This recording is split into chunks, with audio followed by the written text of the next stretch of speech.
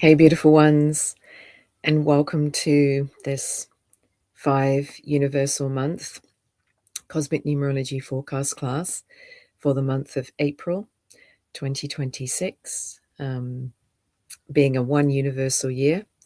2 plus 0 plus 2 plus 6 is 10. 1 plus 0 is 1. And we're in the 4th month of April, and the way that we calculate the universal month is we add the number of the month, which is April, the 4th month, to the universal year, which is a 1. 4 plus 1 is 5. So there's Heather, Lady Spellbreaker 1313. Lovely to see you. Thanks for being here. Oh, it's your birth month. Amazing. So birthday coming up. So hi to everyone who is starting to join the live. I normally kind of give everyone about 10 minutes or so to kind of find us. I have started just a few minutes behind schedule, but that's okay. All we have is the now, and that's one of the themes of the 5. The 5 is very much connected to the present moment. The 4 is about structure and order and linearity and linear time and just the notion and the concept of time. And the 5 expands beyond that into space, because time is a construct that we've created. So given that we're now at the beginning of April, we're going to be experiencing the themes of the 5 throughout this month of April. And for the first couple of weeks, the 4 energies of March are going to be overlapping. So I'll be speaking more about, how those themes will be overlapping in this class. And then when we get to the middle of April, we'll start to experience the overlap of the themes of the 6, which are going to be connected to the universal month of May. So I'll be speaking about that as well. Hi to everyone who's watching the recording and the replay. I know that there are some people that couldn't make the live and that they'll definitely be watching the replay. That includes Nikki, for example, my dear friend Nikki, up in Oregon. But for those of you that are watching on the live, feel free to say hello. Let me know if you wish where you're watching from. This transmission is coming live and direct from a place called South Golden Beach in the Byron Shire of Australia. It's also acknowledged as Bundjalung country from an original Indigenous perspective, and also land of the first light. We're about halfway up the east coast of Australia, about a 10-hour drive north of Sydney, about a 3-hour drive south of Brisbane. They're the closest, nearest big cities to where I am. So, in terms of the flow of today's class, I will be sharing information with you all about the major themes of the 5. And also kind of, how we can best flow with them and align with them throughout the month of April, with the themes of the 4 overlapping for the first couple of weeks, the 6 overlapping for the second couple of weeks.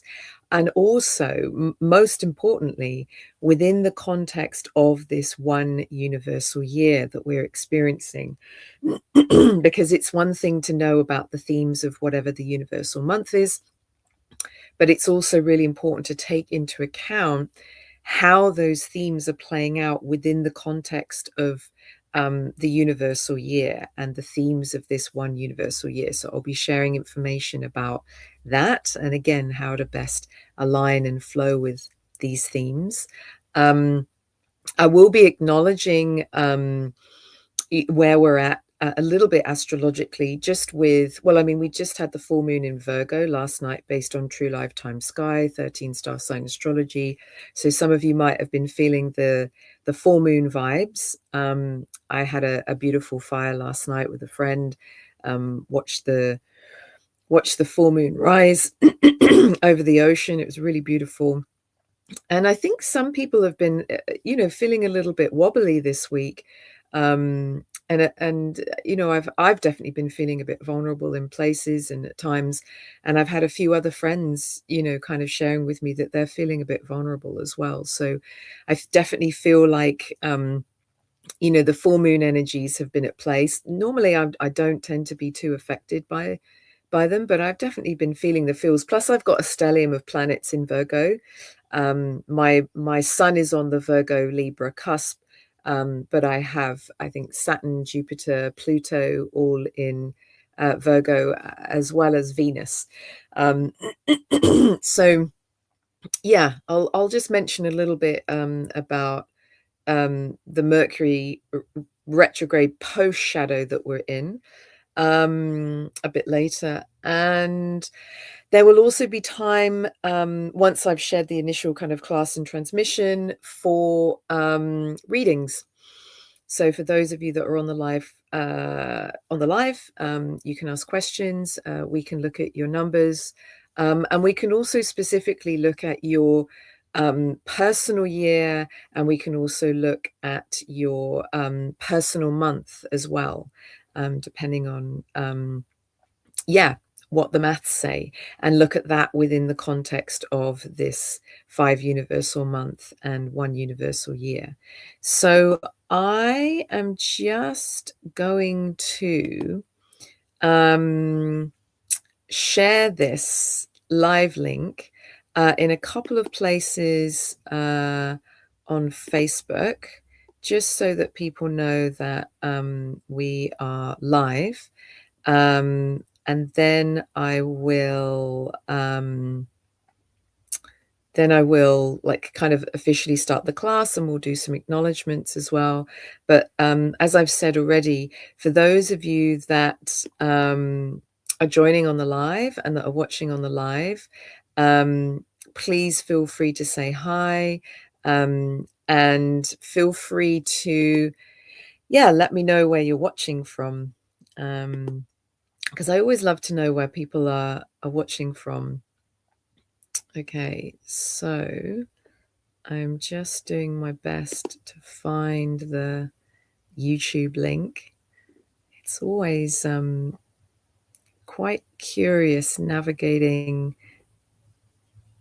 Oh, there we go. It's kind of opened. Whoops.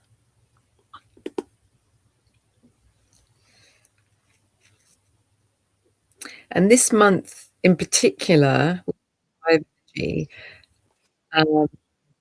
is really going to be an interesting one for expecting the unexpected, so to speak. Like the 5 can be, it can be a bit of a curveball energy and a curveball frequency. And so it always invites us to, kind of go with the flow, expect the unexpected.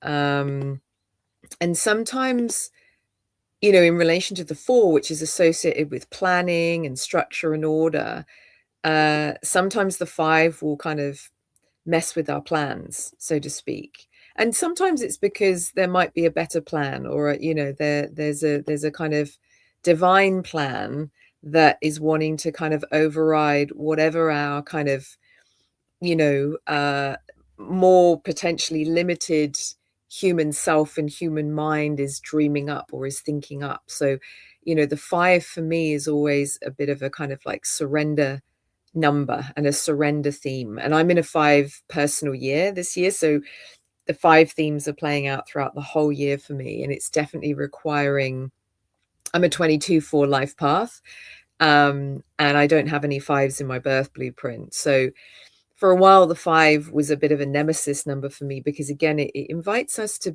you know, practice non-attachment, and it invites us to kind of let go of any structure or order or plan, or the way that we think things are going, or the way that we think things are meant to go, if that makes sense. So those are some of the themes that are already going to be playing out. I've already found that, you know, we're only on, here in Australia, we're only on day 3 of April, and you know, there's already been opportunities to, lean into spontaneity, and many other things, which I'll go into more detail about in this class. So I'm just popping this on Facebook just to let people know that I am live. And let me just, because I was doing Facebook Lives for a really, really long time. And now, I'm feeling to share them via YouTube. And, there's still a little bit of a kind of transition happening, moving people across the platforms, because I've got about 10,000 friends and followers that, have been following me on Facebook. And it's just a little bit of a transition, reminding people that I'm over on YouTube now. But I'm really, really, really enjoying StreamYard, using the StreamYard platform. So here's Heather, Lady Spellbreaker 1313, watching from Illinois in America. Amazing.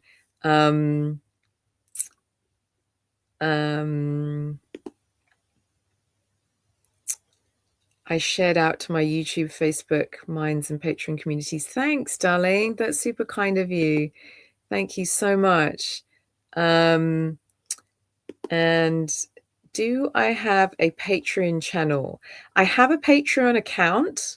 I don't have a channel. I set up the account, I think back in like 2019. But I haven't developed it. It all felt a bit overwhelming for me. But given that you're asking me that question, I'm going to take that as an opportunity to revisit Patreon, and look into that. So thank you for that prompt. Yes, happily we'll look more into that. And then you're saying April Fool's Day, full moon fell at 9:11 Central Time. It was interesting, actually, because it was, the full moon was for us yesterday, which was Tuesday the 2nd, but the zenith of it was 1:11 p.m. So that wasn't lost on me. It was quite interesting. So we're a good 10 minutes or so into the transmission. So I'm going to do some acknowledgements, and then we will just start to fully dive into class, and we'll start talking about the 5. So as always, I always start my classes, transmissions, gatherings with some acknowledgements to country.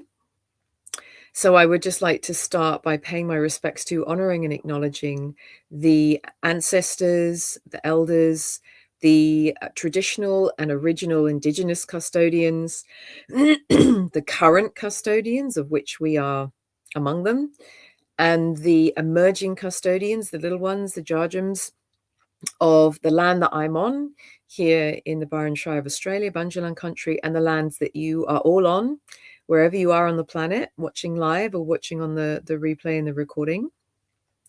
I would like to pay my respects to, honor and acknowledge any and all beings that are connected to Bunjalung country, and pay my respects to, honor and acknowledge by name some of the clans that are connected to Bunjalung country and that are local to where I live, which includes the Nurakwal or Arakwal clan and people, the Nyangbal, the Durrumbal, the Minjambal, the Weeabal Widjabal, and nearby the Githibal peoples and clans. I would like to pay my respects to, honor and acknowledge our bloodline ancestors, for whom without which we literally wouldn't be here. And I would also like to pay my respects to, honor and acknowledge our starseed ancestors, our starseed family, those that are walking among us here on Earth, inhabiting flesh suits, having a human experience, and those that are either watching down upon us or are peeking through the dimensions, enjoying their cosmic popcorn, watching their version of Cosmic Netflix series Earth 2026.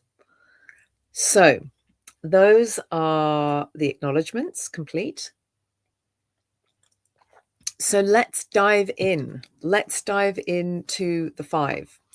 And what I will say off the bat is this month in particular has the potential to be particularly activational for those of us that have 5s, 55s or 55/1s or 77/5s in our blueprints. And especially if we have 5s and 1s or 11s, because we're in this one universal year.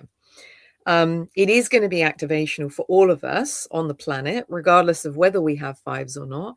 But it has the potential to be particularly activational for those of us with 5s. And I was giving a reading to a lady yesterday who has 3 5s in her blueprint out of the 5 major numbers in her birth blueprint. And even her current full name blueprint, which is slightly different from her birth name blueprint, she had 2 5s. So the 5 was very strong in her blueprint. And what I find is when I'm giving readings, it's quite interesting. I tend to find that the numbers in people's blueprints are normally connected in some way to wherever we are, either the universal month and the universal year, and sometimes in relation to where I am with my personal month and personal year. So, yeah, that's how the 5 might be being activated or turbocharged for those of us with 5s, 55s, or 77/5s. Lady Spellbreaker was just responding to what I was showing about Patreon, so I'll just mention that. She said, it's a bit overwhelming to have so many platforms. You can set up memberships for monthly donations. I will gladly join if you decide to open your Patreon channel for creation. That's really kind of you. Thank you so much. That's really, really kind. I will definitely look into that. And again, in this 5 month, in this one universal year, this is actually a teaching in itself. And it's something that I made a note of to make sure that I mention. This month has the potential for change, but also expansion. The 5 is an expansive frequency. And, you know, the 1 is associated with new things or initiating things or birthing things. So this could be a great month to initiate or birth something that is going to create either change or expansion. So I am going to take this this request or this suggestion from Heather, Lady Spellbreaker, to definitely look into my Patreon and looking at getting it set up for monthly donations. And I will definitely acknowledge that invite from you and that offer to join. That's really, really kind of you. Thank you so much. That really means a lot to me. Heather was just responding to my acknowledgements. Thank you, angels, ancestors, and indigenous guides. Absolutely. So the 5. Many numerologists refer to the 5 as the free-spirited adventurer frequency. Whenever I'm kind of talking about it and introducing it, you know, the 5 is associated with change, transformation, spontaneity, the unexpected. It's associated with curveballs, as I've already mentioned. It can be associated with travel and adventure, whether it's a big trip or a small trip or a big adventure or a mini adventure. I have a very dear friend in the UK, actually. Her name's Anna McNuff. And she has 3 5s in her blueprint. And she's definitely one of the most adventurous people that I've met. And is a very powerful embodiment of what it can look like to have 3 5s in your blueprint. She's her partner, her life partner, Jamie McDonald.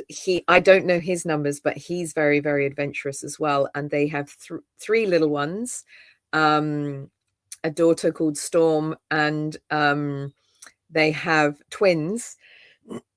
And I think they're called Rocky and Jupiter, actually. And they're a really amazing, interesting family. And Anna has written a lot of books. Anyone that wants to dive more deeply into the 5 frequency, and someone who I feel is like a master of the 5, I would refer to as the adventure queen when she was getting all of her adventures off the ground. And she has cycled across America. She's cycled across 50 states in America, I think. She's cycled across, I think, like Peru and Bolivia. She ran the length of New Zealand and wrote a book about. She's written books about all these adventures, and she also ran the length of Great Britain barefoot. So she writes books. She has a Substack. She's amazing, and she's now a mum of 3. And her and Jamie just made the decision last year. They were trying to do the kind of buy a house, settle down, 2.4 children thing, but they were just getting really, really restless. And I think the children got to an age where they felt like they wanted to have some more adventures. Anyway, they put their house on the market last year and decided to just, go traveling and become like a globe-trotting family. And Jamie has a Substack as well. So they're just writing about their adventures and their travels. And I think she's got like a sub blog that I think it's called The Restless Mum or The Restless Mama. And I feel it's definitely for mums and women that probably have 5s, because the 5 can be a restless frequency. It's about movement. And a lot of my friends that have 5s, they love moving. They love moving around. They don't like being still for any great length of time. It depends if they have 4s, because the 4 is about action, but it's also a very grounded frequency, and it's quite a tethered frequency. Whereas the 5 is like an untethered frequency, and it is very much about movement. And I really have found that, my friends with 5s, and this even includes like my mum and my sister, like they've got 5s in their blueprints as well. And they just love movement. They love moving around, whether it's their physical body, or, whether they like driving or moving around in modes of transport. And they can appear restless. They don't like sitting still for any great length of time. And I remember when after Anna had run the length of New Zealand, she came to visit me in Australia when I was living in the Northern Beaches. And she came and stayed with me for like, a day and a night. And, she was filling me in on her trip in New Zealand. And I'd just done a Vipassana. It was really interesting. And we'd actually left the UK around the same time. And I was flying back to Australia. She was flying to New Zealand. And so I'd just done a Vipassana retreat. For anyone that doesn't know, you go to a retreat for 10 days. It's a silent meditation retreat. You don't talk to anyone. You don't look at anyone. You don't touch anyone. And you just sit in meditation for 10 hours a day for 10 days. And even though it was challenging at times, I loved it. It was amazing. I could have gone longer. I absolutely could have gone longer.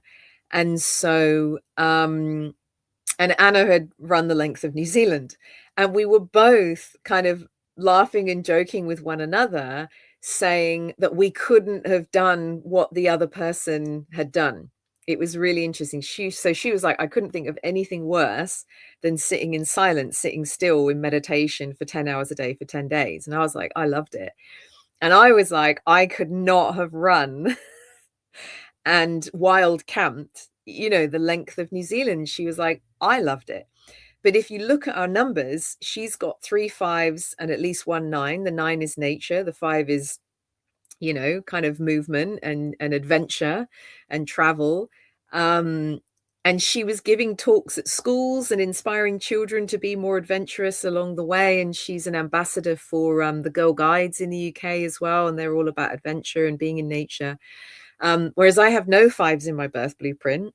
But I'm a 7 divine soul's purpose, which is connected to meditation and whatnot. And I've got an 11 and a 22. It's a highly sensitive frequency. It's all about peace and quiet. I'm a 1 heart's desire, which is about pulling all of your energy in. I'm a 3 expression, which is, it's as much about talking as it is about listening. And the 3 and the 1 together can be about listening to yourself. And the 3 and the 7 can be about listening within. So, and we've got 5 people watching on the live right now as well. So I just wanted to give Anna as an example of an adventure queen, and anyone that really wants to dive more deeply into the 5 and the teachings of the 5. She is an amazing ambassador for the 5, I would say. Her name's Anna McNuff. You can look her up. So let's just see. We've got some people just sharing comments. I'll just share these before we continue. So this is Heather responding to what I was sharing about Patreon. You're so welcome. Thanks for all you do. I'm almost 3 minutes behind on your live because I was changing headphones and sharing out. So it kept pausing your live transmission. My apologies. It's all good. It's all good, darling. It's fine. You can maybe even leave YouTube and then like rejoin, and it might bring you back to kind of where we're at. But it's all good. And then we've got Laurie. Hey, Laurie. Oh, so Laurie's saying thanks to Lady Spellbreaker for sharing. That's really great. Then we've got Malia. Hey, everyone in KK. Yes, 5, untethered and can't stay in the same place for long. So true. Yeah, so Malia has a 55 or a 55/1. Really happy that you're here, Malia. Malia's tuning in from North America, I think California. I always forget. I know that you're Pacific time, but I always forget. I know you're somewhere over in the West. But thanks for being here, Malia. Lovely to see you. There's Lady Spellbreaker saying hi to Laurie and Malia.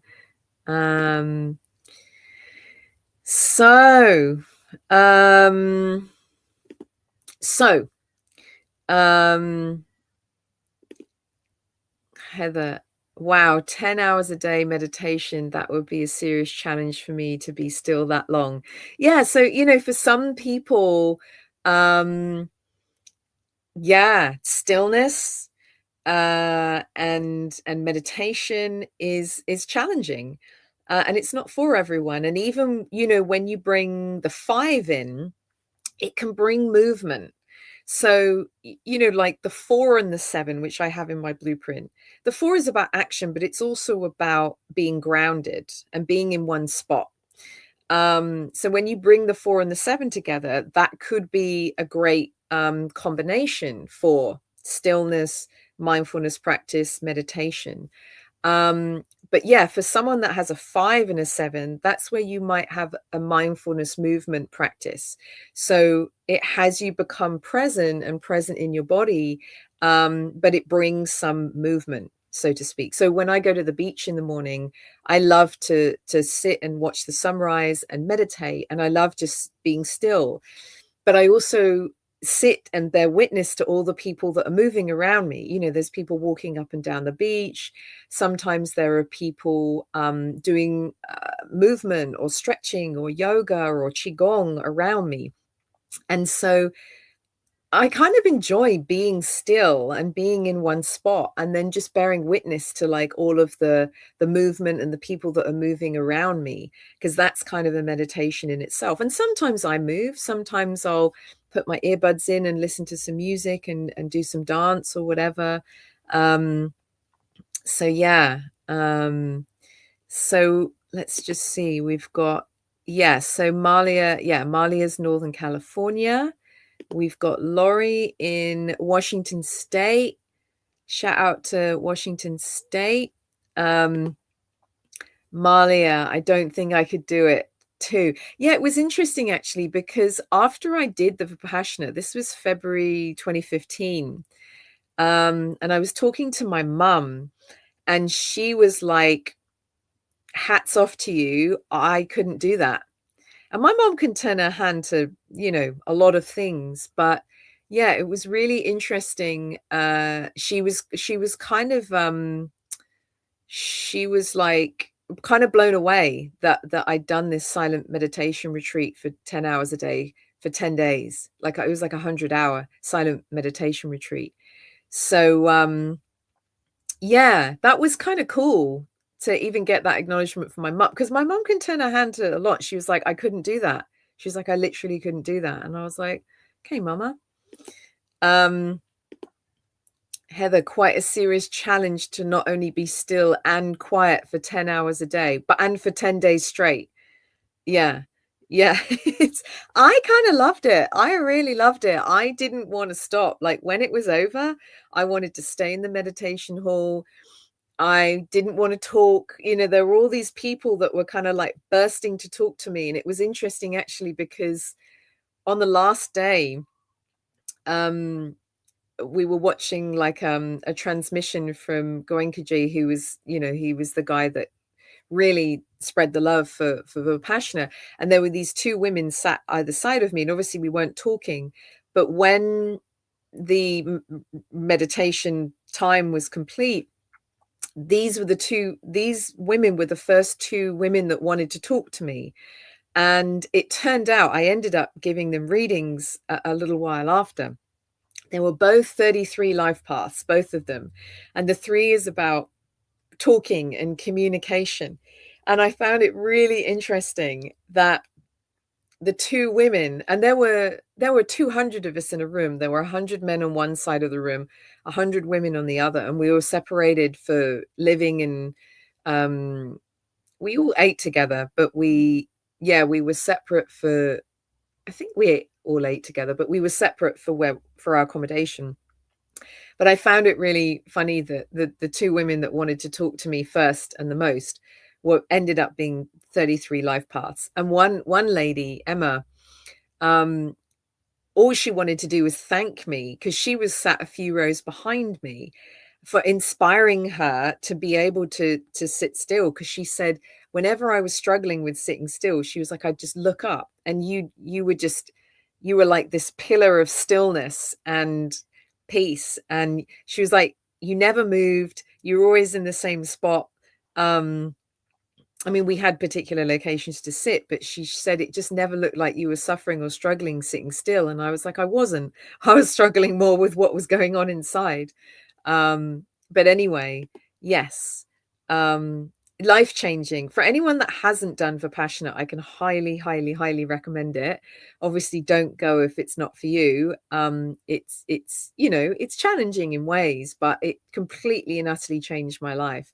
And it actually created more space in me to receive more of cosmic numerology, actually, because there was kind of numerology before Vipassana, and then everything got more cosmic after Vipassana. It was quite amazing. So Julie NY, lovely to have you with us. Lots of people saying hi. So let's get back to the 5. And again, like the 5 again can bring these curveballs, and it's about being with the flow and going with the flow, and not having anything too strict and too rigid. And this is the space I love to hold with my classes, because they're always co-creational. So I always love it, obviously when you guys are present on the live and you're sharing or you're asking questions and whatnot. And, I have my flow of the things that I want to make sure that I land and I communicate and I teach and I share. And that's the 4, like I have that structure and order and the flow. And in a way, I don't even need that, but it's just so that I make sure that I cross all my T's, dot all my I's and lowercase j's, and I cover everything. But, if something comes in left field, there's the space to kind of pivot or respond and then come back to the flow. And that's the dance between the 4 and the 5. The 4 is the structure and the order, and then the 5 is the space for the flow and things to come in that are unexpected. And then the 4 always kind of brings you back to the structure or the order, if you have one, or if there's one that you're really wanting to kind of like stick to and follow. So the 5: change, transformation, spontaneity, the unexpected, curveballs, travel, adventure. It's a limitless, boundaryless energy and frequency. It is about taking risks. It is about stepping outside of our comfort zone. So even for me, like setting up Patreon, for example, I kind of dipped my toe in. I have an account, but I've never set anything up officially. And there's Lady Spellbreaker, Heather, inviting me and prompting me to do that. And I pay attention when things like that happen, especially when my students or my clients or my friends invite me to do things that, again, invite me to step outside of my comfort zone, especially if they're wanting to support me in that, which is really, really lovely. So this might be true for all of you watching. Pay attention to any invites that you might be receiving this month to step outside of your comfort zone or to expand in some way, because the 5 is a very expansive energy and frequency. It is a frequency of non-attachment. So the 4 is about attachment. It's about structure and order. The 5 is about non-attachment. And so you might feel that some of the things that you're attached to might be being challenged this month. And especially in the first half of April, because the 4 energies are overlapping with the 5. And so it might be an opportunity to tune in to what you might be attached to and feel into whether you need to kind of double down on that and anchor more deeply, or whether you need to kind of let go and create the space, if that makes sense. Like, for example, I was given notice recently and I need to move out of where I'm living by Monday, and I currently don't have anywhere to move to. I don't know where I'm going to go.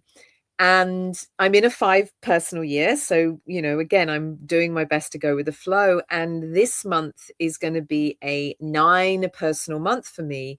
So the 5 is non-attachment and going with the flow. And the 9 is like letting go. So I'm very conscious and aware of the themes of the beginning of this month and what's required. But it requires trust and faith in the unknown. And this is something else that's connected to the 5. It is about the unknown. So any of you that know Dr. Joe Dispenza or have, kind of studied any of his work, read any of his books, done any of his meditations, you'll know that a huge part of his teachings is connected to the 5. And it's about feeling safe in the unknown. And a lot of people don't feel safe in the unknown. A lot of people need to know what the plan is and know what's happening and have structure and order. And this is what the egoic mind, the conscious mind, wants and needs. But the magic sometimes is what happens in the unknown, in the void, as Dr. Joe refers to it. And so this month for us as a collective is going to be holding void frequencies, space frequencies, the frequencies of the unknown. So you might be being invited to let go of any attachments to structure and order and foundations and things that you think you need, or plans that you might be overly attached to create space for the unknown, the divine plan, the divine order, the divine orchestration, so to speak. So I'm definitely leaning into it. It feels uncomfortable at times. It's scary, and the conscious mind and the inner little girl gets scared sometimes. And it's really the reassurance that can come with the 5 is trusting trusting the divine plan and trusting the change that is going to unfold, because it's necessary for what's next, so to speak. And we can never know looking forwards necessarily, why it's important to let go or go with the flow or embrace change or step outside of our comfort zones or step into the void. But when we look back, we're like, oh, that had to change, or I had to move, or that relationship had to fall away, or I needed to visit that country because I would never have met that person or had that experience, or I had to go on that adventure, or I had to take that trip. So yeah. And this is all within the context of this one universal year. And the one is about self, and it's about sovereignty and authenticity, but it's also about alignment with our true, authentic, sovereign self and our inner North Star, and also source. The one is connected to source and our true origins as souls, but also as matter, as source experiencing itself through us. So, there might be some shifts and changes or curveballs that come in this month that are perhaps going to be course correcting or offering more profound support for you to be embodying your true, authentic, sovereign self, if that makes sense. So we've just got a few more things that are being shared. Lady Spellbroker, I'm a 10 or a 1, depending on who you ask. I do like to initiate change. Yeah. And that, I'm not sure the other numbers that are in your blueprint, but yeah, it sounds like you're a 1 life path. And whenever there's a 1 present, and again, the lady I gave a reading to yesterday, she has 3 5s and a 1, and she's a 1 expression. And my friend Gloria, or Glow as she's known, she has the same.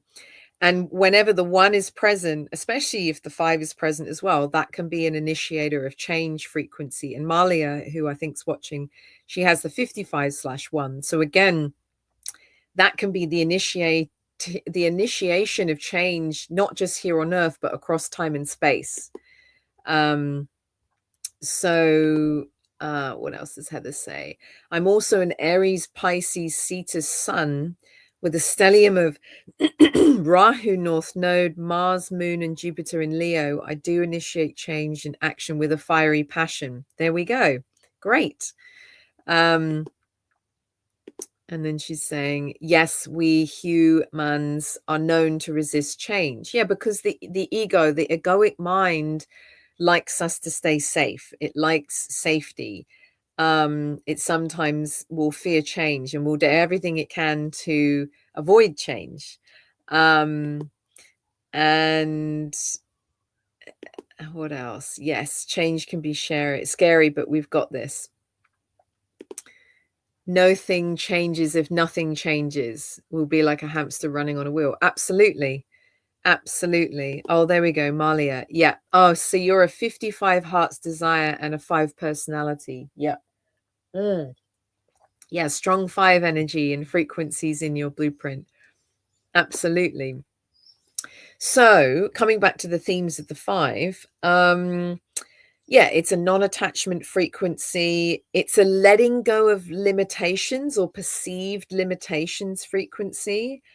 Like I've already said, it's associated with expansion. So from an astrological perspective, I associate the 5 with like Jupiter, and also kind of Mercury and Sagittarius, from the expansion and the travel and adventure and the spontaneity frequency. And it can be a bit of a kind of Aquarian, Uranian frequency from a curveball perspective, so to speak.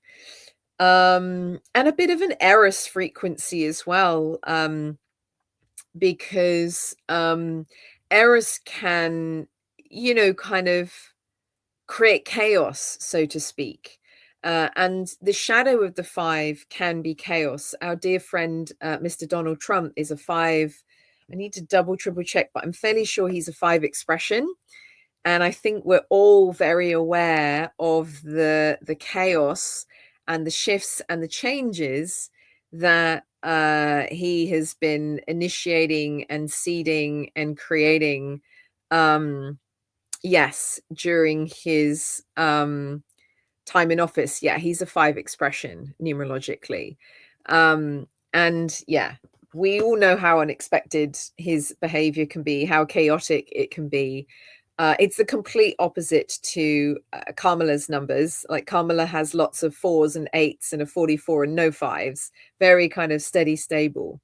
But yeah, Mr. Donald Trump, yeah, he's definitely bringing that 5 expression to the party in his own unique, curious way, shall we say.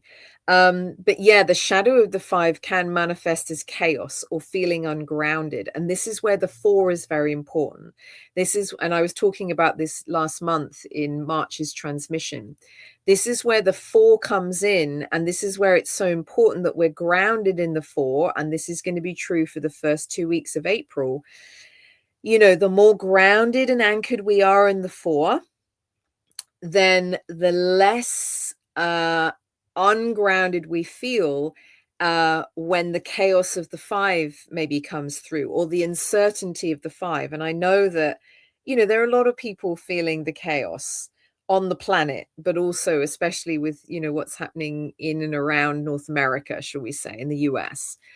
But those of us that are grounded in ourselves, anchored in ourselves, and have a strong and solid foundation, we're then not likely to get knocked around by chaos that might be happening outside of us. So this is where the 4 is very, very, very important, very important. And it's going to be overlapping with the 5 for the first couple of weeks of April.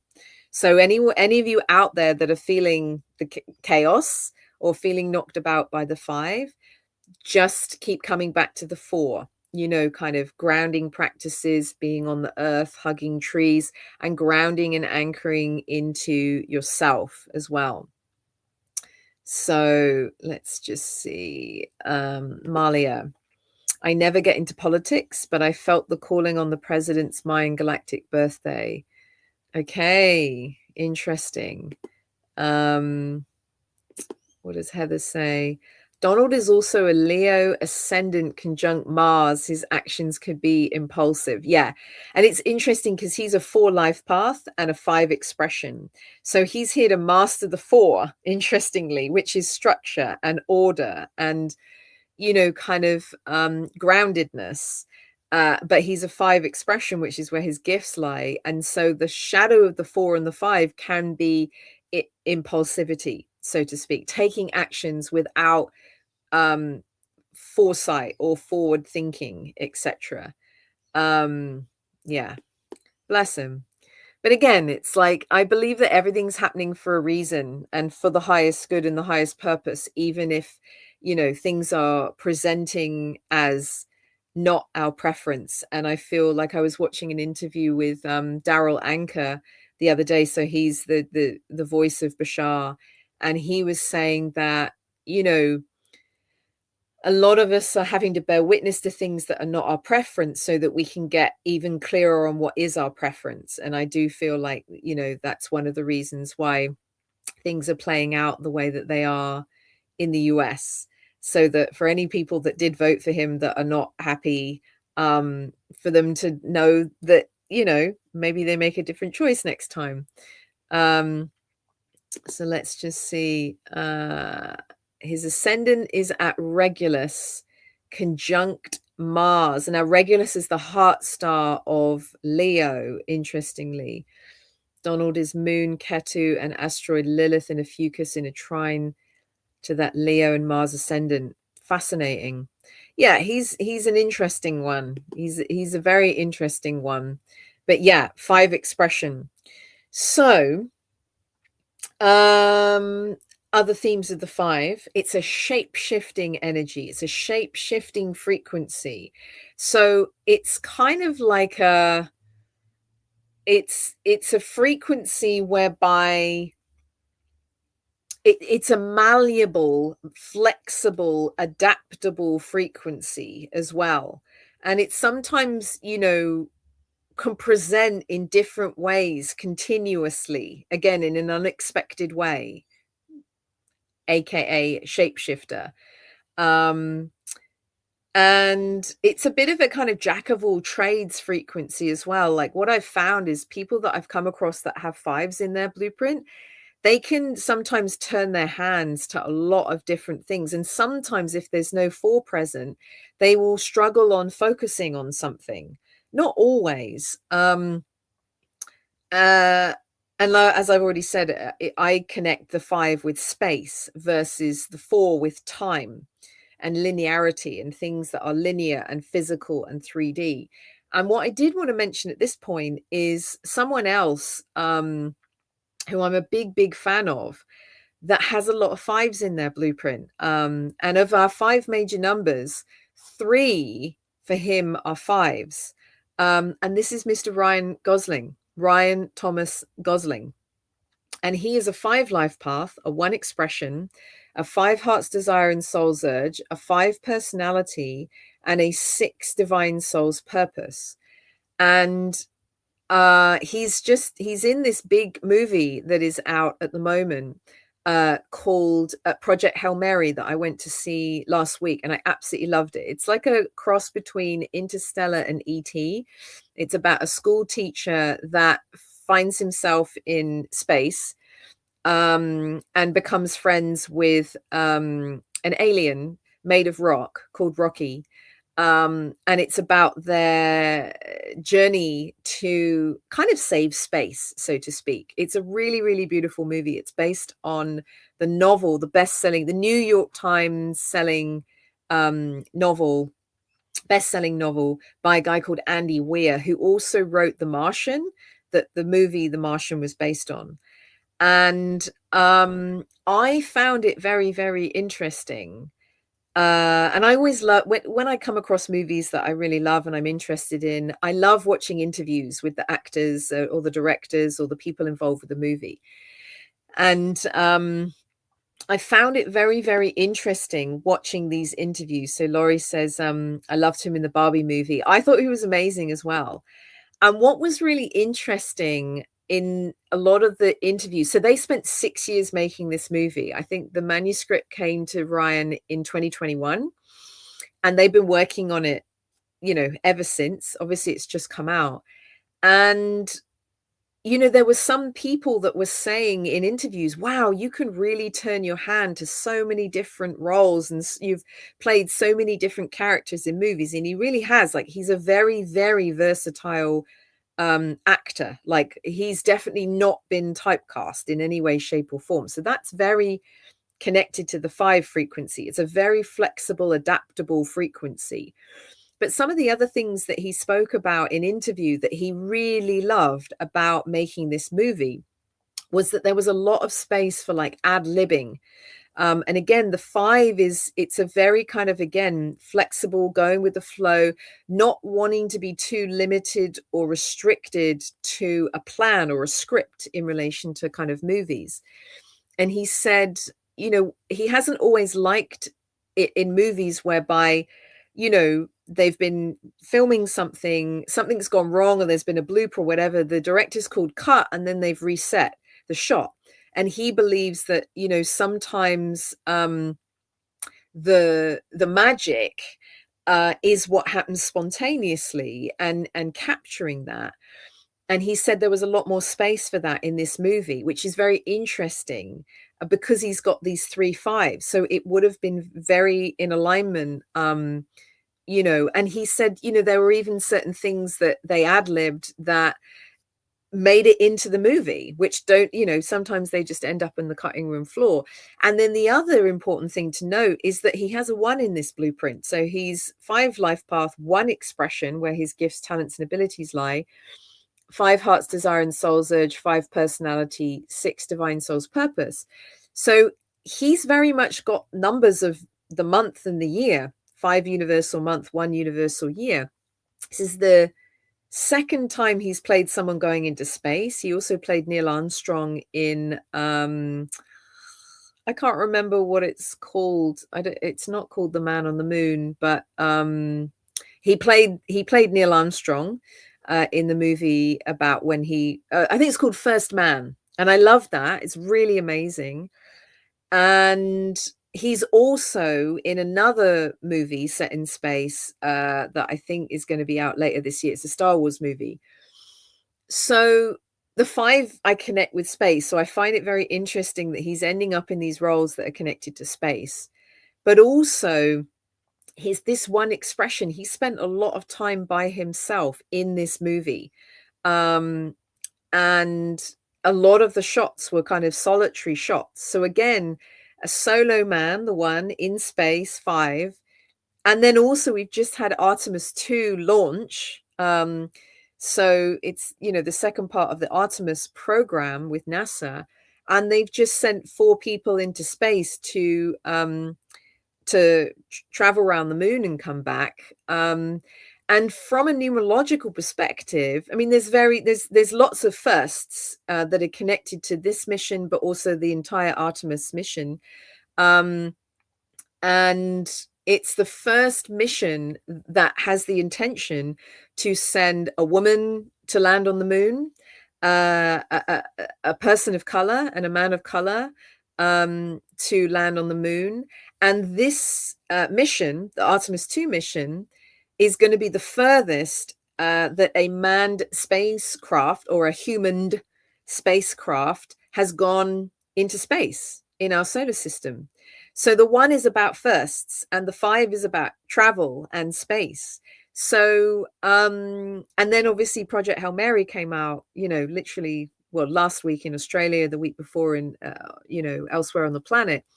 So I'm finding that the numerology and the fact that Ryan Gosling is in this movie, there's the five energies and the one energies for me, very, very, very, very strong indeed.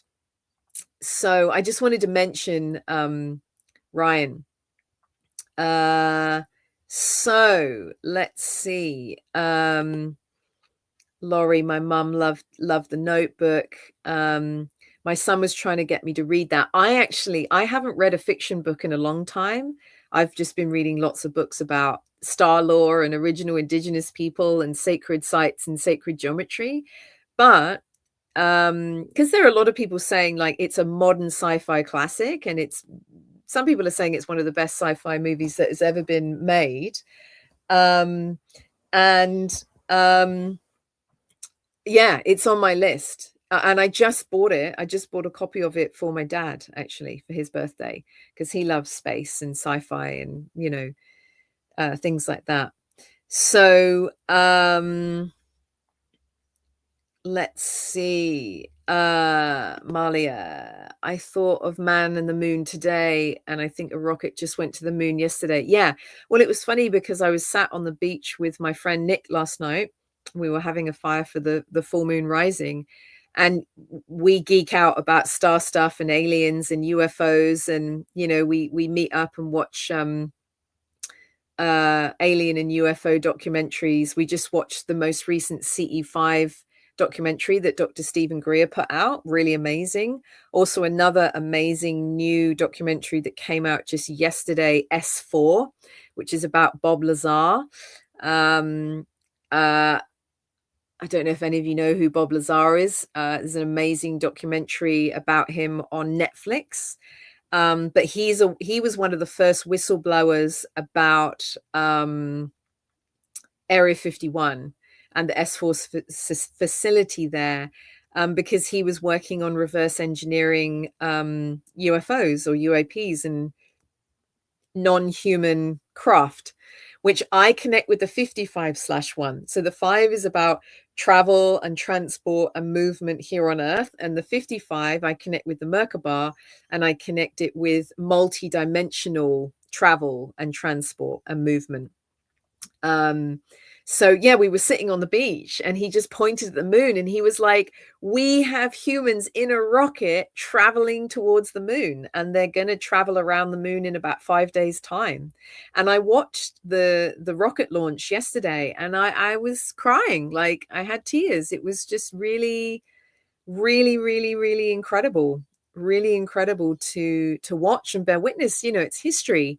It's absolutely amazing. And the fact that, there's a woman that's part of that mission, and she's going to land on the moon, that's amazing. I think that's incredible. So going back to Project Hail Mary, Laurie's saying, I need to go see this movie. It's amazing. It's definitely one of the most amazing sci-fi movies I've ever seen. If you can get to see it in an IMAX, do, because visually it's incredible. The soundtrack's incredible. The script's incredible. Ryan's amazing. Rocky, the alien, is amazing, and it's not CGI. They had 5 puppeteers that were all, moving him around. Really, really, really, really incredible. Yeah. So, interesting. So Heather's saying April Fool's Day. Well, for you guys in the US, at 9/11 Central Time, presidential speech and a moon exploration. Yeah. We had a speech here as well in Australia from our premier. I think it was about petrol.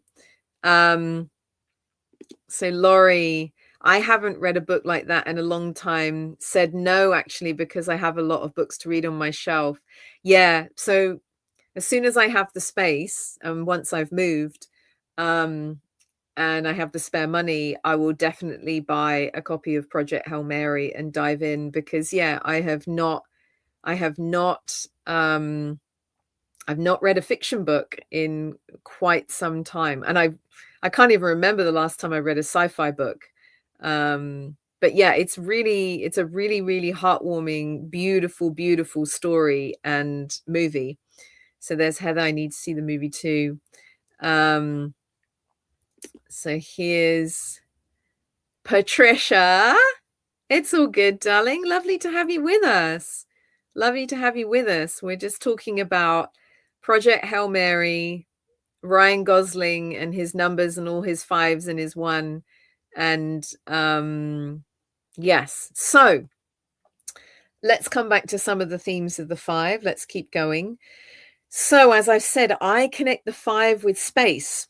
And elementally, I connect it with water and air. So this might be a very interesting month for connecting in with those elements, spending more time in water, near water, with water. And, I've already had quite a few water synchronicities, even of the back end of March and leading up to April. And even like the work of Dr. Masaru Emoto, and now kind of Veda Austin, and the work of, how water holds information and is intelligent, and it can hold intelligence and knowledge and wisdom. That stuff I find absolutely fascinating. So I'm a water carrier, and I've been carrying water from sacred sites and sacred places and making offerings for many, many years now. And I actually also have some water from the Nile in Egypt that a friend of mine brought back when she went to Egypt. And there's still a tea tree lake here in the area where I live, that I've really been wanting to make an offering of that Nile water too, because when we are water carriers, especially if we're carrying water from sacred sites or wells or rivers, or streams or creeks, or springs, and we share that in other places or other places on the planet, we're actually infusing those bodies of water with the vibration, the frequency, the knowledge, the wisdom, the purity from the source that we've, kind of taken that water from. So I carry water with me from the Red and the White Spring in Glastonbury, for example. I've made offerings and received water from the Rainbow Serpent Waterhole at Uluru, for example. There's lots of sacred tea tree lakes around here. And I've also carried water from other sacred places. I collected water from the Montezuma well in Rimrock, just on the outskirts of Sedona, at the request of a friend of mine. And I took it back to the UK. And then also my partner at the time had collected water from Apu Asungati, which is a lake at the bottom of Apu Asungati in Peru, a very, very sacred mountain. And there's a really, really special gathering that happens at the Chalice Well in Glastonbury. And that area is acknowledged to be the heart chakra and the third eye chakra of the planet. And it happens on Dut, the day out of time, every year, which is the 25th of July. And they have a love and gratitude for water day, which was selected by Dr. Masuro Emoto when he was alive. And people from all around the world come to the Chalice Well. We all sit around the well. There's a beautiful glass chalice, big glass chalice, and everyone puts their water offerings in from all around the world, up and down the British Isles, across Europe, wherever. We then all do a peace prayer for world peace, and then we make the offering of all of those waters together combined into the Chalice Well. And it's a really, really beautiful offering and kind of little ceremony that happens on the 25th of July, the day out of time. Love and gratitude for Water Day every year. And I also was part of a really beautiful ceremony in Maui, actually, in I think it was March 2018 when I was there with my partner at the time. And there were women from all across Hawaii and the Hawaiian Islands, and they had all brought water offerings from their sacred water holes, their lakes, their rivers, their streams, their creeks. And they had all put these water offerings into a really big glass chalice. And then I think they were anointing one another with the coming together of all this sacred water. So that was really beautiful to be part of that gathering. So again, for me, the 5 frequency is associated with water.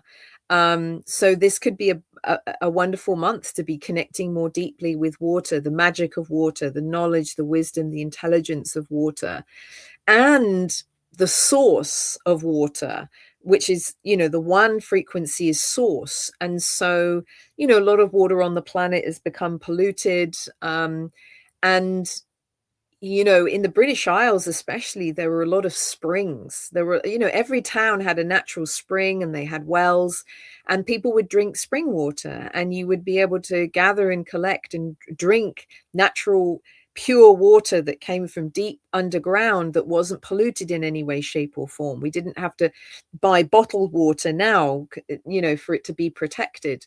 So again, this could be a great month for connecting into the vibration and the frequency of water. The 5 is also associated with air, wind, elementally, as well. But Heather's just saying, I've been placing my daughter Kayla's ashes in different bodies of water, running, flowing waters that connect with healing prayers for the land and people. That's beautiful.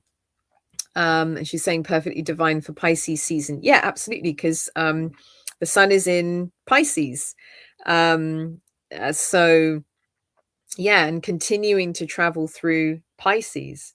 So yeah, absolutely. Perfect timing. So some of the other themes of the 5, it's all about going with the flow.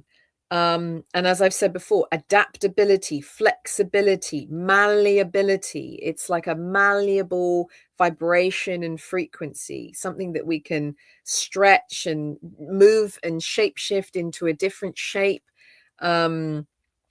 But yeah, it's all about being flexible and adaptable and not being too rigid, which is the shadow of the 4. The shadow of the 4 is being overly rigid, being overly boundaried, painting ourselves into a corner, being overly structured, so to speak. And so the 5 comes in and just invites us to kind of like loosen up a little bit, detach from things that we might be overly attached to, blend or kind of meld some of the boundaries or the limitations. It create expansion, see where we can move things out, even if we still need the structure and the order and the limits. It's like, can we move them out a little bit? Can we blend them or blur them or loosen them up a little bit? I always think of like kind of like a chocolate teapot. Some people say, oh, that person's as much use as a chocolate teapot. But if you pour tea into a chocolate teapot, it just kind of like, it just, the structure dissolves, it disappears, it melts. So this could be a month for like embracing chocolate teapot experiences, so to speak. I'm about to have that one on Monday, in terms of, the structure, the grounding, the foundations, the boundaries of where I'm living will dissolve, and hopefully somewhere else will manifest for me to move to. But the 5 is also a frequency of evolution, um, evolution, and the importance of evolving. And again, from an animal or a creature perspective, I always associate like frogs and toads with the 5 because they're these amphibious beings. They've kind of got like the 4-5 energy going on. Same with crocodiles and alligators. So they are creatures that can exist on land, they can exist in water, and they have adapted and they have evolved over many, many, many, many years. And for crocodiles and alligators, like millions of years to still be here. So yeah, the 5 frequency for me is, again, it's that adaptable frequency to be able to be on land, to be able to be in water, to be able to be in different environments, different situations, and be able to kind of like meld and shift and change and adapt accordingly. So yeah. And yeah, as I've said, the shadow of the 5 can be chaos. It can be feeling ungrounded. It can be feeling untethered, but like in an unsafe way, so to speak. And that's when the 4 comes in and says, okay, well, let's just create a tether. It's kind of like, experiencing a kite. The kite is held by someone, but then you let it go into the wind, which is also a 5 frequency, and you can watch it dance. My mum always loved flying kites at the beach, and I think that was her 5 frequency. She's a 5 heart's desire and soul's urge. And sometimes it was a bit hectic, like when the wind gets up, like trying to fly a kite is like really hard, but my mum would still do it even when the winds were crazy. And even if she was getting pulled down the beach by it. But again, flying a kite is an example of like the 4 and the 5. So it's like, how can we be tethered, but still allow our kite to kind of flow with the wind, enjoy the wind, so to speak. So again, the kite energies will very much be present in these first 2 weeks of April, because the 4 energies of March are going to be overlapping with the 5. So how can we be a kite? How can we stay tethered to the person that's holding the kite? But how can we allow ourselves and an aspect of ourselves to go with the flow and dance with the wind, etc., if that makes sense. So let's see what else everyone's been sharing. Patricia, I have become sensitive of communal water. Friends hop into a spa and I cannot do it. Also swimming in a public pool for exercise, I feel exhausted, so try to avoid. The beach, however, is invigorating. Yeah, I stopped going in any I can't go in anything where there's chlorine. So that is pretty much any public pool. I have stopped even going to one of our local spas. It's called Kiva. They used to use like oxygen and magnesium to like clean, but it changed hands and they started using chlorine. So I can't go there anymore. I love swimming in our local tea tree lake, completely natural, and obviously the ocean. But yeah, I haven't been able to go near any pool or anything, or any hot tubs or anything like that use chlorine. Luckily, there are some places in the Byron Shire that are magnesium pools. I even stayed at it somewhere a few years ago that was I think it was cleaned with colloidal silver. It was really cool. It was either colloidal silver or gold. That's what they used to kind of like keep the pool clean. There's even some amazing companies that create natural pools. I can't remember the name, but I've been following one of them on Instagram because I'd love to have one of those for House of Love. But yeah, I can't go near anything that has chlorine in it at all. Yeah. So, definitely hearing you on that one, Patricia. Drift like a cloud, flow like water, Alan Watts. Oh, beautiful. Malia, I can't swim in pools either, only nature waters, and my mermaid is not happy. Yeah, absolutely. It's interesting because there is a pool for the White Spring in Glastonbury, but the water's very cold. I've never been in it, but when I was living in Glastonbury, I had friends that would go in that. And I mean, to bathe in, and this is why like places like Lourdes are really, really special. Like there are some really, really sacred, special places on the planet that are natural springs. And I really love natural hot springs, actually. I've been to some natural hot springs in New Zealand that are really incredible because it's like volcanic, especially the North Island. I went to one near, I think it was Rotorua, just south of Rotorua. We met some beautiful local Maoris, and they gave me and my partner at the time a tip off, and we found this beautiful natural sulfur pool, really, really healing. I love going to the Therme Spa in Bath. There's only two public natural spas in the UK. One is in Harrogate in the north, and the other is Bath Spa. And it was famous because it's where all the Romans went to bathe. And I think it has over 100 or 120 or 140 different natural minerals. It's absolutely incredible. It's one of my favorite places to go. And there's a hot spring down in Victoria here that I've really wanted to go to. When I came to see Patricia, actually, I really wanted to go. It's on the Mornington Peninsula, but it was during lockdown and everything, and it wasn't easy to get in. But yeah, I'm a massive fan of natural hot springs. There's also a beach up in the Coromandel in New Zealand called Hot Water Beach. And because, again, it's a volcanic island, you can go to this beach and it has like volcanic looking sand, like it's like a dark sand, like dark brown, almost black sand. And you can dig a hole in the beach and it fills with water. And it's just like your own hot tub on the beach. It's so cool. I would really love to go back there. I went there when I was backpacking. I was on a Kiwi Experience bus. That's really amazing. Yeah, I really love natural hot springs. And also, I'm going to share this right now, actually. I had this really vivid dream back in January, and it featured Mr. Tyler Tolman, who is an expert in fasting and water fasting and healing yourself naturally with fruits and vegetables.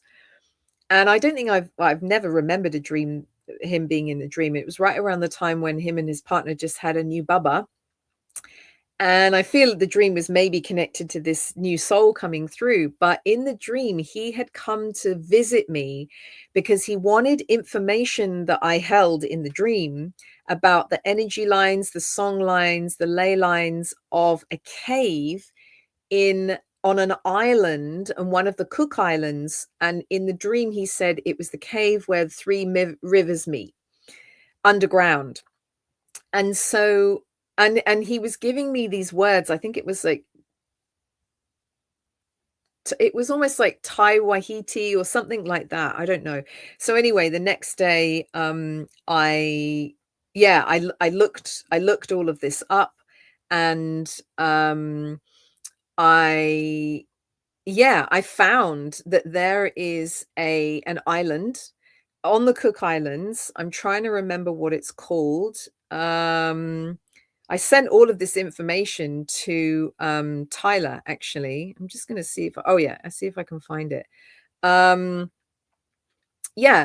is there's a an island on the Cook Islands where there are three water sources. And there is one water source that is pure and clear for swimming in. There is one water source that is protected and is pure and clear for drinking. And there is another water source that is high in sulfur, and it is there for healing. And the island is called Mitiaro, Mitiaro, Mitiaro. And it meets all of the requirements that were, in this dream. Very, very vivid dream. It's part of the Cook Islands. And I feel like what he was asking me about in the dream was this place called Te Vainauri. It's also known as Vainauri, Vainauri, a stunning natural swimming hole located on the island of Mitiaro in the Cook Islands. Widely considered one of the most beautiful and culturally significant inland water caves in the South Pacific.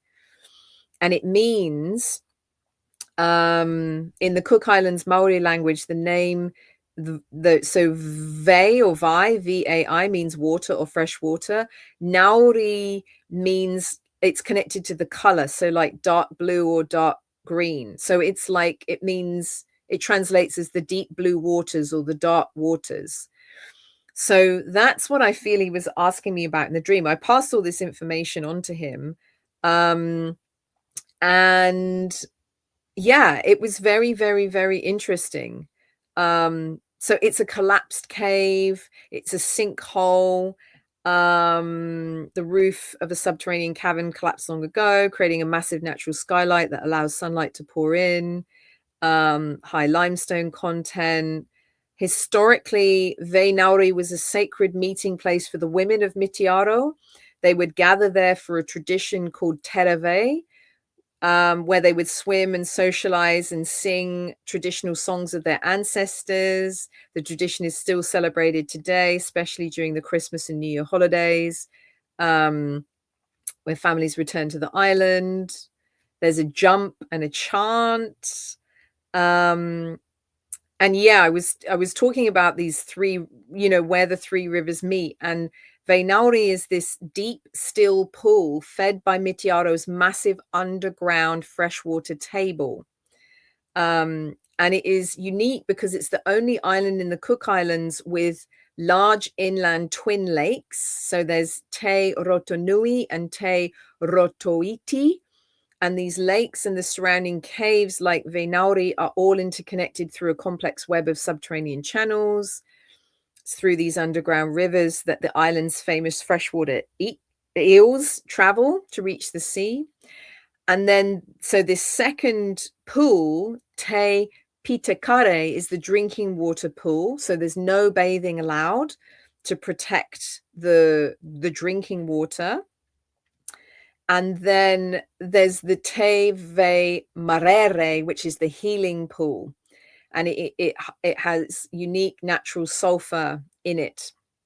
Yeah. And so it's got that eggy smell, a bit like any of you that have been to Rotorua in New Zealand. Yeah. And it's known for its distinct medicinal properties. People go there to heal skin ailments and things like that. So I haven't spoken about this dream publicly, but I feel it is important and relevant to share about this dream here, given that we're in this 5 universal month. And also my known name blueprint. So for Catherine Kinney, not my full birth name, I'm a 77/5 expression. So I feel like, teaching about and sharing knowledge and wisdom and information about water, and especially sacred natural water holes and water places and locations, is part of my service. So let's just see what else you guys have been saying. Heather, I think I'll do the same, Malia. I'm trying to avoid all the chemicals. I keep detoxing. I only drink reverse osmosis water out of a glass and copper, not to avoid nanoplastics. Yeah, this is why, well, you guys will see I drink only out of glass. So I just use recycled organic peanut butter. But I only drink out of glass, and I only drink spring water. I actually drank a little bit of filtered water, and I got a headache straight away. Like I felt really unwell. Mm. It's really curious. And when I'm in Glastonbury, I only ever drink water from the Red Spring or the White Spring. And then Heather was, when I was talking about the kite, she was saying my last name is Kite. Heather Dawn Kite. Kites fly highest against the wind. I'm a medicinal plant, a ray of morning sunshine, and a high flying kite. Amazing. Marley, I don't think I've immersed myself fully in water for years and years now because of the chlorine. Yeah, I don't go anywhere near chlorine at all. I'm really grateful for these incredible tea tree lakes that we have here. And this area that I live in is known for it. And they are known to the original indigenous people as sacred women's places and sacred women's birthing lakes. And the women would come, the original indigenous women would come from all across Australia to this area, the Byron Shire, very specifically to give birth. There's sacred birthing lakes because the tea tree in the lake is antiseptic and medicinal, and was a really, really beautiful. I mean, they get very warm in the summer as well. It's like bath water. They are very, very sacred, special places to be, especially for women and especially for birthing. Patricia, thank you. I feel it is also the way water holds information and energies as well as chemicals. Absolutely. Yeah. And for me, bathing in or drinking water that is pure and that is ancient and that is sacred, very, very, very, very important. Heather, I seldom take baths anymore with all the chemicals in the tap water. Yeah, where I live, the guy has, all of these filters on the taps, and there's even a filter on the shower as well. It's really incredible. I take baths in the tea tree lake. Yeah, Malia. Let's see. Patricia, Moree in New South Wales is a natural mineral pool. Looks like a scene from Cocoon. Wow. That's the second time Cocoon's come up for me in the last couple of months as well. It was funny.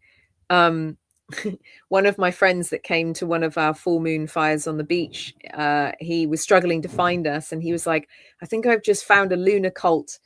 It looked like something out of Cocoon. I have seen Cocoon, but I haven't seen it for a while.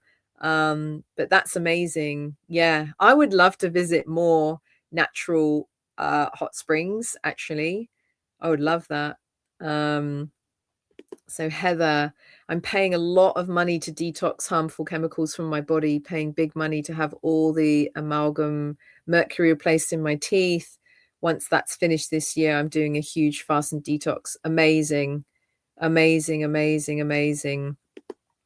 And I think that was what you were saying in response to me talking about all of the natural water spots that I was talking about.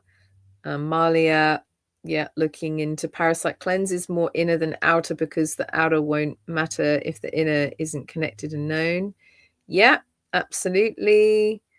Lady Spellbreaker, long fast is so hard for me in the winter because I shiver. Freezing cold summer will be easier. Like to do an extended dry fast. Yeah, I did an 18-day fast in 2024. That was pretty powerful. I had a couple of colonics. That's the longest fast that I've ever done. And I normally do at least 2-3-day water fasts a year, normally in September and March, right around the time when the seasons change. So yeah, but I've been following Tyler Tolman for a long time, and a lot of what I know about fasting, I've kind of learned from him, which has been amazing. Heather, my goal is to get out of the city using natural water only that runs over rocks like an aquifer. Yeah, amazing. That sounds like a heavenly place from your dream. Yeah, I feel like I dreamt about it for a reason. I've never been to the Cook Islands. My sister has. She loves it. She's been to Aitutaki, and there's another place there that I can't remember that begin Rarotonga, I think. But yeah, she went there on her honeymoon with her husband back in 2010, and she loved it. She really loved it, and it's very basic. Like back then, they didn't have internet or anything like that. So here we go. I have a filter on my shower head. I filter all my tap water to cook with. Reverse osmosis was the best investment ever. Yeah, 18-day fast. Yeah, it was amazing. Yeah, it was really amazing. I did quite a lot of fasting in 2024. I also did I did a 9-day fast. I did a 6-day fast. I did quite a lot of fasting. There was a lot that was getting shifted in 2024. Yeah. Yeah. I'm happy to do things slightly to the extreme in certain areas of life, like 10-day, 10-hour a day Vipassana retreats or 18-day fast. I've always been interested to do like a 30 or a 40-day fast, water fast, but the longest I've ever water fasted for, I think, has been about 6 days. When I did the 18-day fast, it was a mixture of like juice fasting and water fasting. But yeah, 6 days is the longest I've ever done a water fast, like in one go. But there is a part of me that has always been interested in, going and doing a retreat, and doing like a 30 or a 40-day fast. But yeah, I don't know if I'd be able to manage it. I have a lot of like respect for people that do 30, 40-day water fasts. I just think it's incredible. But again, fasting is all connected to the 5 and the 9. The 5 is the water, and then the 9 is like the detoxification and the clearing out that happens as a result. So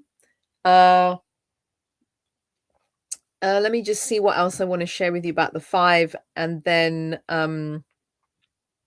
we can maybe open things up for just a few readings and things like that. So, okay, so if the 5 were to be some kind of mottos or mantras, whenever I think about the 5, I would say the only constant or the only certainty is change. So these are some of the mantras for this month of April in relation to the 5. Expect the unexpected. The plan is there is no plan. And yeah, it's just, the 5 is just this very kind of carefree, freedom orientated, limitless, boundaryless energy and frequency. And the 4 energies of March are going to be overlapping with the 5 until the middle of April. And then the 6 energies of May are going to be overlapping from the middle of April, like 15th, 16th, all the way through to the end of April. And again, the 6 can be associated with health and well-being and healing. It can be associated with family, children, the mother, father, husband, wife. It can be associated with plants, how we can use plants for medicine and for healing and experiencing optimal health and well-being. It can be associated with ceremony, community. But when the 6 and the 5 overlap, that can be sometimes where you can have healing, which is the 6, connected to water, or fasting, which is the 5. It can also be, which is what I'm going to be experiencing, change, which is associated with the 5, with where you're living or where your home is or where your community is or your sense of home, which is the 6. But I will host, or my intention is to host a live class for May and the themes of the 6 at the beginning of May next month, which will also be right around another full moon. And that will be the full moon that I think is going to be on the cusp of, let me just see. Well, it will be Samhain Beltane as well, the beginning of May. And it will be, technically, it will be the full moon in Libra, but kind of Virgo cusp from a 13 star sign astrology perspective. So yeah, and Heather, Kayla 99 keeps telling me to fast to heal. Now I know why. Yeah. Fasting is one of the quickest and most easiest ways to heal the body and to shift and clear old dense energy, or even cells that are defunct or need recycling or repurposing or upgrading. And it's now scientifically proven that after a 3-day water fast, our body enters autophagy and also ketosis. So not only does it start eating fat or fat cells that, we might have been storing unnecessarily, but it also starts to eat away at and get rid of and destroy any cells, especially white blood cells, that are not cutting the mustard. So scientifically, we have the ability to actually reset our entire immune system after a 3-day water fast, which is why whenever I fast, I will generally, if I'm going to consciously fast, I will generally always do it for at least 3 days, because it takes 3 days on just water for your body to activate autophagy and ketosis. Ketosis is when the body starts eating away at fat and things like that. And autophagy, which literally means to eat self, autophagy, is when the body starts to, eat away at and, kind of get rid of, destroy, recycle, upcycle defunct cells. So, it's amazing. Really, really amazing. And then just some things to share with you about how the 5 themes of this universal month might be overlapping with the 1 universal year themes of 2026. So, could be a great month to embrace the new, which is the 1, and change, which is the 5. It can be a great month to be initiating, which is the 1, change, or leading things, or being out front, or being a way shower or a guide for embodying our sovereignty, and therefore experiencing more change. It could be a great month to let go of limitations connected to the 4, and perhaps allow some boundaries to dissolve. The first 2 weeks of April, we might find our boundaries being tested. And again, it might be a time to double down, to anchor more deeply the boundaries, or it might be a time to dissolve some of them and just embrace more change. It could be a great month to step outside of your comfort zone and embody more of your sovereignty and your authenticity, and, take even more action on going with the flow and moving in the direction of your North Star, your inner Polaris, what feels true for you, and authentic for you. For me, it's just continuously House of Love and my vision for the House of Love. It could be a great month to initiate something that is going to create change, especially in relation to the co-creation of heaven on earth. It could be a great month to lean into being flexible and adaptable, and to create space for the new. And again, a great month to be, connecting more in with water, and especially the origins of water, or pure original sources of water, or spending time in water, or drinking water, or connecting with water that is healing for us. And again, the tea tree lakes, like hot pools, things like that, and springs and natural water sources, and also a great month to be connecting in with space, and source intelligence, source consciousness, so to speak. So those are kind of some of the ways that the themes of this 5 universal month might be overlapping with the themes of this 1 universal year. And again, it could be a great month to be stepping more into your leadership, or way showing, or guiding energies. And then also just a little astrological nugget. So we are still in, even though Mercury's gone direct, we are still in the post retrograde shadow period of Mercury. And that will complete here in Australia, New South Wales time, on Thursday, the 9th of April at 6:36 p.m. So for those of you in North America, it's going to be sometime on Wednesday, the 8th. So we've still got just under a week of these post Mercury retrograde shadow energies. And what I find, and my friend Femi, kind of highlighted this for me. She's an amazing 13 star sign astrologer. Sometimes the post Mercury retrograde shadow can be more intense than the actual Mercury retrograde period. However, for those of us that have consciously journeyed through that retrograde period, it can be just a time for further integration of everything that was brought to the surface. And again, just a great time to be reviewing how we're traveling, how we're moving, how we're thinking, how we're communicating, how we're using technology, how we're using transport, and things that we're agreeing to or making long-term commitments for. Like there's a place that I can potentially move to in the middle of May. But there are still some moving pieces with that, and I'll still have to find somewhere to move to for potentially 6 weeks from Monday. But I'm kind of enjoying the fact that it's not all set in stone at the moment, and I'm happy to hold space because I would rather make a commitment to that place if that is what's meant to happen and if it is for the highest good once we're out of the Mercury retrograde post shadow period. So yeah, Marley was saying, oh wow, I thought it was the 9th. Yeah, I mean, whatever 6:36 p.m. Thursday 9th of April is for you guys in North America, that's based on my understanding anyway.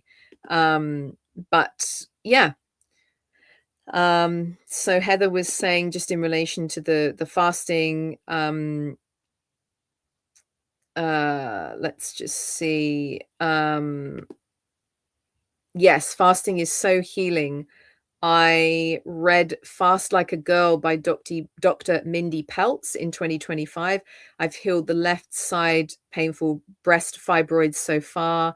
I'm working on the right side, removing amalgam and mercury. Interestingly, I had some breast lumps that needed investigation at the back end of last year, and I actually ended up having ultrasound, and luckily they were just cysts. It wasn't anything more, kind of scary. But yeah, I've been doing a lot of work, and I've also been putting castor oil on my breasts every morning and every evening, and the cysts have, I mean, I can feel them. They've shrunk, they've got significantly smaller in the last kind of 3 or 4 months since I've been doing that, which has been absolutely incredible. I've also been doing some amazing Dr. Joe Dispenza Blessing of the Energy Centers meditations to help affect and shift the vibration and frequency of my body and of my cells.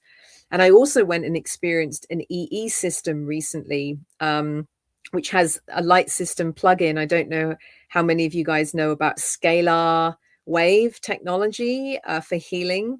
The EE system is this amazing system that basically creates a coherent field. So when your physical body enters that field, it can do nothing but align with that coherent energy field. And then that's when healing can happen. Things can shift and change in our bodies. So yeah, I've been aware of the technology since probably 2022, but I went and experienced an EE system and the light system a few weeks ago, which was really amazing. And that's very connected to kind of the 6, but also the 66. So I'll probably speak more about that next month in next month's transmission. But yeah, that's beautiful, Heather, bringing so much healing for my entire being. So beautiful. Thank you. I'm going to a rave glow storm for my 4/24 birthday. I'll be brave and step out of isolation my ego created out of fear to protect me and my emotions after Kayla moved to heaven. Bless. I hope you have a beautiful glow storm experience for your birthday on the 24th. That will be amazing. Patricia, yes. Dr. Sandra. And now, what's his name? Someone Shuker, Jason Shuker, Shuker. So Dr. Sandra, I think, brought the EE system kind of in. And then Jason Shuker, Shuker, I think, he's created the light system. So the light system is an expansion pack for the EE system. And the lady that has an EE system up here, just about 15-20 minute drive from where I live, she's integrated the light system. So it's if you guys want to know more about the place I went to, just to learn more about it, her website is called The Healing Realm. I think it's thehealingrealm.com.au, but she really clearly explains what scalar wave technology is, what the EE system is, what the light system is, for anyone that wants to just know more about it. And Heather, oh wow, Nikola Tesla's scalar inventions. Yeah, I feel scalar technology, it's more advanced than even sound. It's because it uses light. It uses light, and the EE system and the light system uses sacred geometry, which interests me, fascinating, and obviously technology and code and all sorts of things like that. So yeah. So Patricia, I think there are 2 in Oz Eastern Side.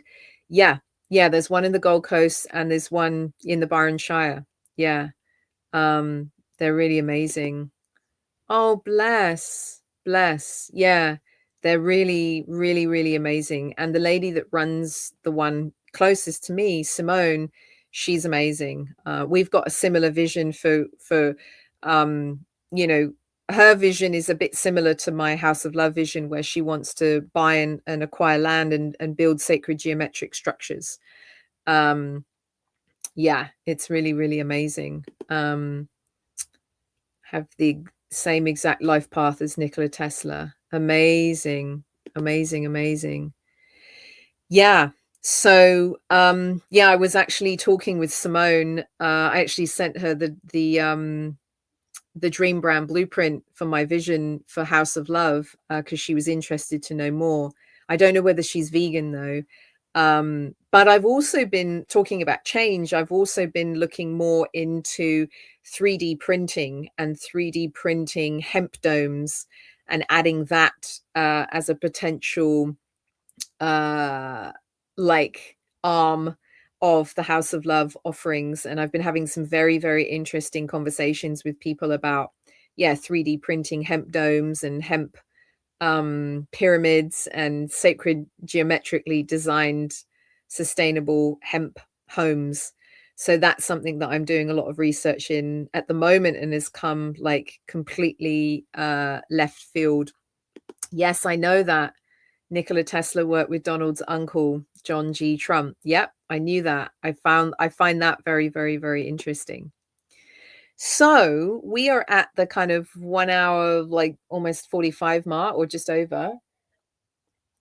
Normally I keep these to kind of an hour and a half to 2 hours. So we've probably got about 15 minutes in case anyone who's on the live would like me to look at what your personal year is, or your personal month, so that we can look at some of the themes that are going to be playing out in April for you. So me, for example, I'm in a 5 personal year, and April is a 9 personal month for me. So we take the 4th month and then we add it to whatever our personal year is. So I'm in a 9 personal month. And the way that we calculate our personal year is we take the day in the month that we were born, and then we add that to the current universal year. So I was born on the 2nd of the 11th. So 2 + 1 + 1 is 4. And then we add that to this one universal year, which gives me a 5 month. You can also do 2 + 11 is 13. 1 + 3 is 4. And then you still add it to 1. So I'm a 5 personal year in a 9 universal month. And so again, as I said earlier in the transmission in the class, lots of kind of going with the flow, letting go, sailing into the unknown vibrations and frequencies that I feel are going to be playing out for me in April. And who knows where I'm going to end up? I have no idea, but I'm probably going to be putting out a post on Facebook to see if anyone has a spare room or somewhere that I can even stay short term whilst I figure something out long term, unless something longer term manifests in the next 2 or 3 days, which is also entirely possible. But coming back to, so Heather, oh, wonderful hemp homes. I've been studying Cobb Home and the fully sustainable earth ships. Yeah. So I've been studying sacred geometric architecture for the last 10 years, and sacred mathematics, sacred arithmetic, how our ancestors built temples. And I've also started looking at biogeometry as well. And yeah, I feel like in my research, I haven't found anyone in Australia that is building hemp domes or any of the kinds of structures that I would want to build. So I'm like, oh, maybe we're meant to just 3D print them ourselves. So that's what I've been kind of investigating and looking at recently, and many blessings to me on my new journey and move. Thanks very much, darling. So just for this last 10 minutes or so, anyone who's on the live, do you want me to look at you? Do you want us to look at what your personal year is or your personal month is? Anyone? And it's okay if not. I just always like to kind of create that space. I know we've been having really lovely chats throughout, and I've been answering questions and whatnot. But yeah, I've definitely shared everything that I wanted to share in today's class and transmission for sure. Feels like we've covered a lot of ground in relation to the 5. It's been a pretty amazing class. Yeah, sure. Feel free, darling. Feel free. Everyone's welcome. Everything's welcome.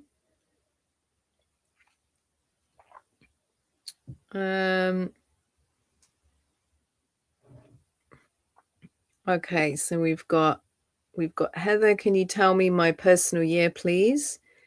And then we've got Patricia. Okay, so let's just do them in order. So Heather was first with her details. So we calculate your personal year by adding the day and the month that you were born. So you were born on the 24th of the 4th. So we do 2 + 4 is 6. Then we add the 6 to the 4, which is April. So that's 10. And then we add it to this one universal year, which gives us 11. So you're in an 11 personal year, or an 11/2. And then let's just acknowledge Patricia as well. So Patricia was born on the 12th of May. So 1 + 2 is 3. 3 + 5 is 8. And then 8 + 1, 1 universal year is 9. So Patricia is in a 9 personal year.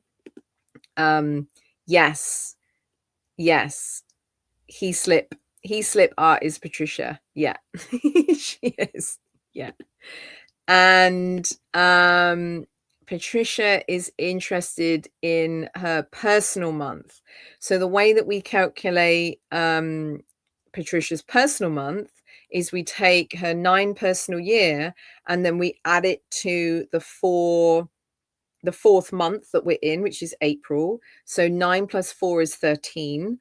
1 + 3 is 4.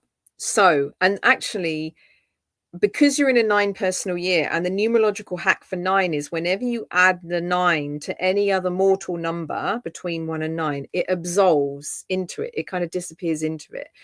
So whenever you add 9 to 1, you're always going to come back to 1. Whenever you add 9 to 2, well, you get 11, but you also get the 2 frequency. 9 to 3, you come back to 3.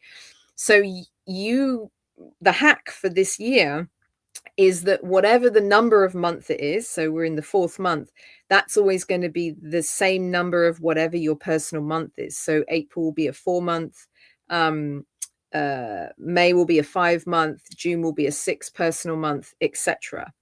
So we know that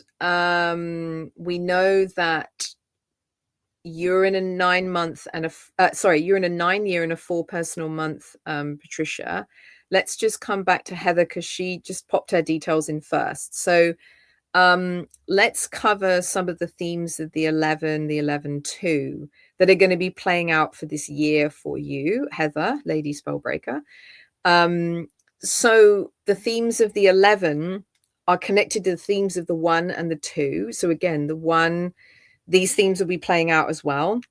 The new, fresh starts, planting seeds, individuality, uniqueness, innovation, ideas, leadership, way showing, guiding, birthing. So it's all about the new.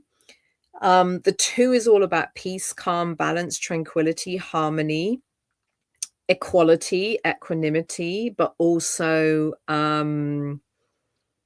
within friendships, relationships, partnerships, collaboration, co-creation. And the 2 is a frequency of patience. So sometimes in a 2-year or an 11-2 year, we're invited to be more patient. And all of these themes are going to be playing out next year, 2027, for the collective, because we're going to be in an 11 universal year. And then the themes of the 11 are connected to the master energies of the 11. So the 11 is the first master number that we get to after the mortal numbers 1 to 9. For me, the 11 is the portal from the mortal to the more cosmic and multidimensional. And the 11 brings the master frequencies to like the 1 and the 2. So the 11 is more like spiritual leadership, conscious leadership, intentional, inspirational leadership, with the intention of creating and co-creating peace in all relations here on earth, but across all time, space, and dimensions, and here on earth. So it's a diplomacy frequency. It's a diplomatic, conscious, spiritual leadership frequency. It's associated with magic, witchcraft, witches, wizards, high priests, high priestesses, unicorns. The 11 is associated with psychic gifts, abilities, clairvoyance, mediumship, telepathy, light, the language of light, illumination. Many people refer to the 11 as the master of illumination. It's a very illuminatory frequency. So there might be things that are being illuminated for you. Maybe Kayla's illuminating things for you across time and space and sending you messages. You might be illuminating things for others. Things might be being illuminated for you. The 11 is also a mirror frequency. So it's about what is being mirrored to us, or what's being mirrored to you. What are you mirroring to others as well? And it can be a frequency associated with technology, connecting across time and space through technology. It's a very magical frequency, the 11, big magic. One of my favorite numbers, the 11. So those are some of the themes connected with the 1, the 2, and the 11 that are highly likely going to be playing out for you in this 11-2 personal year. So Patricia, so we know that Patricia's in a 9 personal year, and we know that Patricia's in a 4 personal month. So what are some of the there's Heather, my pleasure. Mirror is the theme, lol. I went to an Inzo concert called Mirrorverse. Amazing. So for Patricia, what are some of the themes of the 4 for you within the context of your 9 personal year? So as I've been speaking about a little bit already, the 4 themes were connected to our universal month in March. They're overlapping for the first 2 weeks of April with this 5 universal month. And so the 4 themes for you playing out this month are going to be created and connected to having strong and solid foundations, creating structure and order, creating stronger boundaries. It can be about taking action. It can be about grounding, especially in a 9 year, because the 9 is connected to nature. So how can you ground more deeply into nature? How can you connect more with the 4 themes in nature? And for me, when the 4 and the 9 come together, that's where you've got earth, dirt, rocks, stones, trees, versus the 5, which is like water and air and flow in nature. So the 4 is about solidity, it's about reliability, it's about commitment, it's about structure and order, but it's also all within the context of the 9. So in relation to nature, in relation to humanity, also connected to the past. The 9 is connected to the past, it's connected to our ancestors, it's connected to karma. It can be associated with, and the themes of the 9 that are playing out all year for you can be connected to trauma, pain, suffering, tragedy, emergencies. So there might be things that are still coming up for you connected to the 9 in relation to your boundaries, in relation to feeling safe, in relation to having structure and order, in relation to your boundaries being honored, so to speak. So every month as you go through this year, there might be things or pain or suffering or trauma from your past that are being brought to the surface to be healed, or for you to express forgiveness or gratitude or unconditional love, or for you to receive unconditional love that you might not have received in this lifetime or previous lifetimes in relation to those themes that are playing out each month. And it can be, the 9 can be unconditional love, kindness, compassion, empathy. There might be things or people coming up from your past or connected to your past in relation to the themes of the 4. And it can also be, a 9 year can be a great year for unconditional giving and receiving, but also gifts. So gifting unconditionally and receiving unconditional gifts, rewards, especially in relation to the themes of the 4 this month: feeling safe, having structure and order, having strong and solid foundations and boundaries, taking action, being focused. And again, in relation to reliability, commitment, attachment, safety, all of those things. So those are some of the themes that might be playing out in this 4 personal month for you within the context of your 9 personal year. Patricia, thank you. Catherine, you've touched on themes in my awareness. Amazing. Great. Amazing. Laurie, sorry, I had a phone call with my granddaughter. I'll catch the replay. It's dinner time. Have a great night. Yeah, wonderful. Wonderful. Absolutely. So we're at the 2-hour mark pretty much. So this has been, yet again, a super fun class and transmission to teach and share with you all. We've had 5 people watching on the live pretty much solidly for the last however long. So thanks to everyone that is, live and present and receiving this transmission in this now moment, my now moment. And hi, and thanks to everyone that's watching the recording and the replay and that are watching in my past, but your now moment. And I hope that this is helpful and supportive and interesting for you all. And, if you have any other questions, please feel free to send me a private message through Facebook or Instagram, or tap into the comments here. Or you can visit my website if you want to know more about cosmic numerology as well. It's cosmic with a K, cosmicnumerology.com. And there's a way to contact me there. And I'm always happy to kind of receive questions. And of course, if anyone wants a reading or wants to study more deeply, there is information about classes and courses and things that I have taught and that I do teach on the website as well. So Godspeed for this 5 universal months of April. I hope you all have a beautiful, beautiful month, and I hope you have a beautiful Easter weekend.